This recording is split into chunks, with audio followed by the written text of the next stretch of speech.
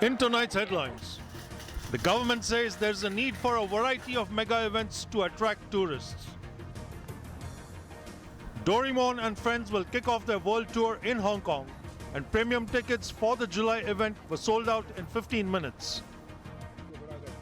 And hundreds fear dead in a massive landslide in Papua New Guinea, with the death toll likely to rise further.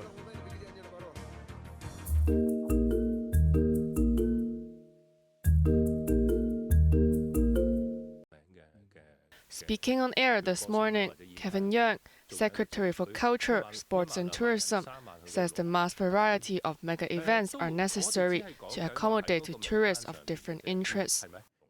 有啲中意體育，有啲中意文化，有啲中意一啲節慶嘅活動。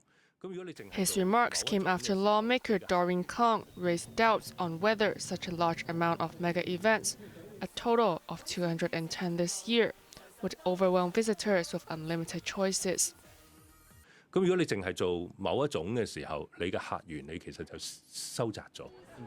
Yeung says hosting an abundance of mega events from different sectors is necessary in order to cater to every possible interest, and tourists would pick the events they would like to attend based on their personal taste. 唔同人嚟到都可以揾到佢想參與嘅項目。 It is important to establish Hong Kong as a multicultural city with numerous events that anyone can choose something to participate in, Yeung said. On another radio show, he also stressed that the economic benefits brought by mega events could not be solely calculated on participation and monetary terms. His remarks came after tourism industry insiders noted a difference in tourist spending patterns of up to $1,000 between Singapore and Hong Kong. 佢哋而家就真係正如啲人講，佢已經拆咗啦，同埋套戲都。 Yeung also revealed that the government was informed that most of the sets and props of recent hit movie Twilight of the City, Walled In, were already disposed after the film was completed, after sources exposed that the crew did not set a budget to rent a place to retain them. Sources say the government has mistook actor and investor Louis Koo's remarks of showing the movie sets for exhibition in the future if a sequel or prequel is made, when Koo meant the new sets would have to be built from scratch all over. 有幾多邊啲可以攞到出嚟？佢願意攞出嚟，我哋喺邊啲地方可以做展覽？我哋諗住做嘅模式係點樣呢？其實呢啲都要傾嘅。咁當然。But a discussion is still ongoing about a few sets that have been retained, and Yeung says it is also crucial to pick a suitable location for holding the exhibition, because as a tourist spot, convenience has to be prioritized over all other factors to maximize its entertainment value. Yeung says details will be announced to the public if there are any updates. Janice Yu, Cable News.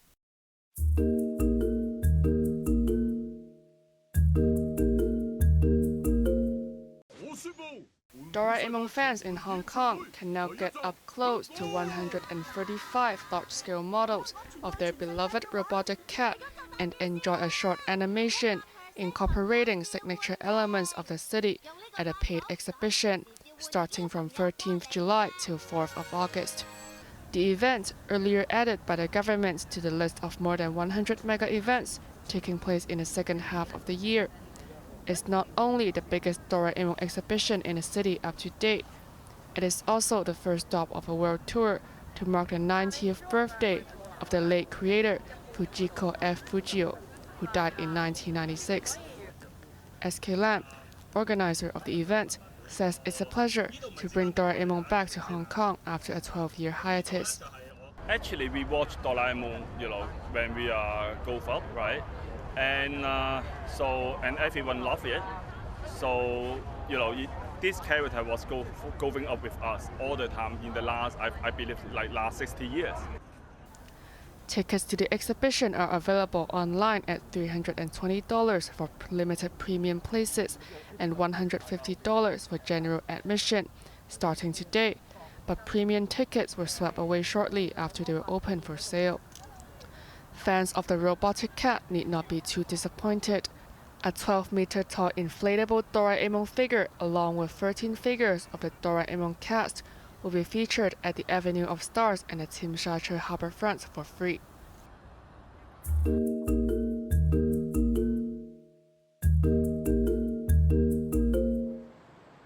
Property owners have to be held responsible for carrying out maintenance and repair work in their residential buildings, says lawmaker Tony Tse. His comments came after the government stated its intentions to submit an amendment bill to the Legislative Council in July to raise the penalties for people who ignore fire safety orders. The decision was made after deaths and injuries were reported in a massive fire at New Lucky House in Jordan, which was subject to a series of fire safety notices.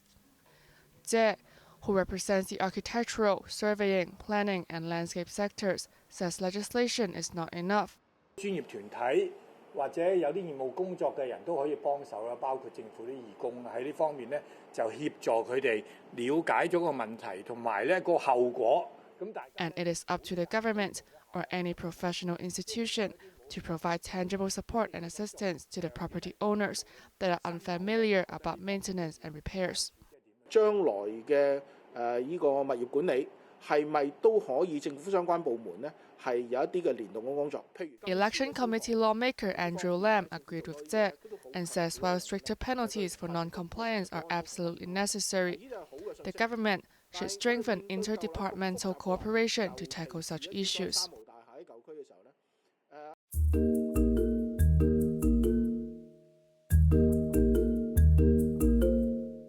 The distributor of the controversial song Glory to Hong Kong has taken down the tune from all platforms. DGX Music, the production team behind the song, said on social media that they were notified by the Scotland-based distributor about the decision to remove the song from all platforms due to a court order banning the circulation of the tune earlier this month. The group said it has opposed the decision, saying the injunction does not have extraterritorial jurisdiction and that the song itself is not banned by the injunction. It hoped to have the song reinstated as soon as possible. While the group said the song had been removed from iTunes and Apple Music in various regions, it is still searchable on Spotify and KKBox.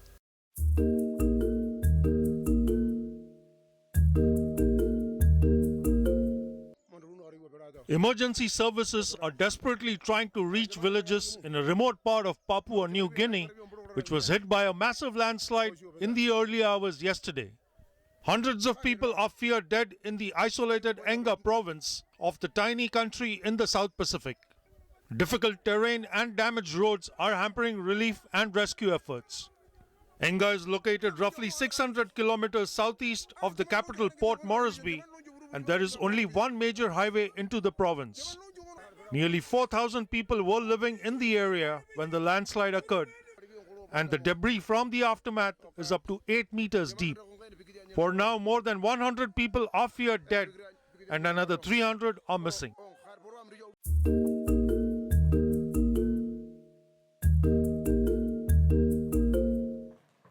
The International Court of Justice has ordered Israel to halt its military assault on the southern Gaza city of Rafah. This follows a request from South Africa in a pending case accusing Israel of violating obligations under the Genocide Convention. However, the Hague-based court stopped short of ordering a full ceasefire throughout the besieged enclave. The State of Israel, under the Convention on the Prevention and Punishment of the Crime of Genocide, immediately halt its military offensive and any other action in the Rafah Governorate, maintain open the Rafah crossing for urgently needed basic services and humanitarian assistance, that the State of Israel shall submit a report to the court on all measures taken to give effect to this order within 1 month as from the date of this order. The ruling by the United Nations Court was welcomed by the Palestinians.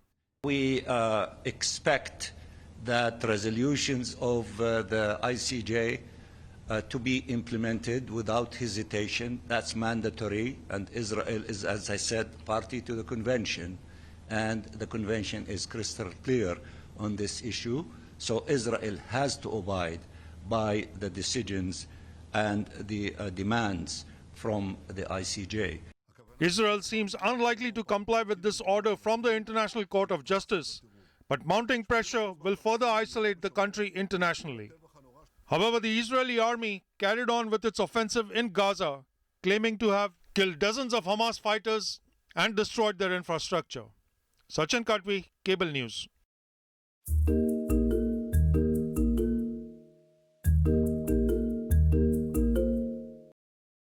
The once popular instant messaging program ICQ is finally retiring after almost 3 decades. ICQ posted a simple message on its website announcing that the Pioneer Chat program would stop working from June 26th, marking an unceremonious end for a software program that helped kick off instant messaging on personal computers in the 1990s. It recommends users migrate to the messaging platforms from VK. ICQ, which stands for ICQ, was originally developed at an Israeli company called Mirabilis before AOL bought it in 1998 for $407 million and then sold it to Russian company VK in 2010. At one point, ICQ had more than 100 million registered users globally.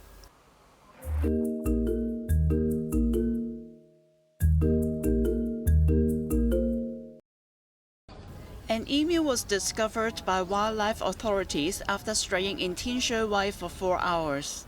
Police received a report after 7 a.m. this morning of the emu wandering along an intersection of Tin Sao Road and Tin Ying Road in Tin Shui Wai.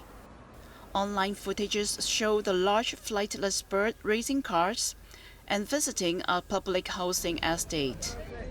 Staff from the Society for the Prevention of Cruelty to Animals and wildlife officials attempted to recover the bird before it was later caught in a car park at the wetland park at around 11:30 a.m. Emu, which is also commonly known as Australian ostrich, is the second tallest bird in the world. This marks the second time in 2 months that escaped emus were found. 3 emus fled from a local farm in Laofoushan last month and were recaptured after 2 days.